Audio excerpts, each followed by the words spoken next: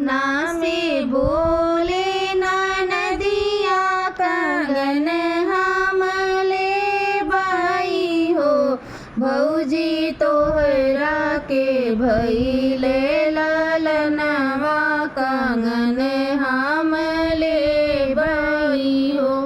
भौजी तोहरा के भइले ललनवा कंगन हमले बाई हो। भीतरा से बोले भौजैया ससुर सुनिले त्याई हो। बाबा दे त्यायापन बलवा कंगन नाही देबई हो। बाबा दे त्यायापन बलवा कंगन नाही देबई हो। अंगना में नाचे नदिया बयल नाही ले बाई हो। भौजी ले बाई तोहरा कंगनवा भयजवा के लाई बाई हो। भौजी ले बाई तोहरा कंगनवा भतीजवा के लाई बाई हो। भीतरा से बोले भौजैया जेठ सुनिले त्याई हो।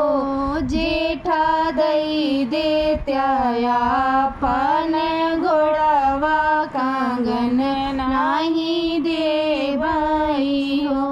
जेठा दे त्यायापन घोड़वा कंगन नाही देबई हो। अंगना में नाचे नदिया बयल नहीं देबई घोड़वा नहीं देबई हो। भौजी ले बाई तोहरा कंगनवा भतीजवा के लाई बाई हो। भौजी ले बाई तोहरा कंगनवा भतीजवा के लाई बाई हो। भीतरा से निकली भौजैया कंगन गाई फेंकाई हो। ननदू लैले हमारा कंगनवा अपन घर जाती न हो।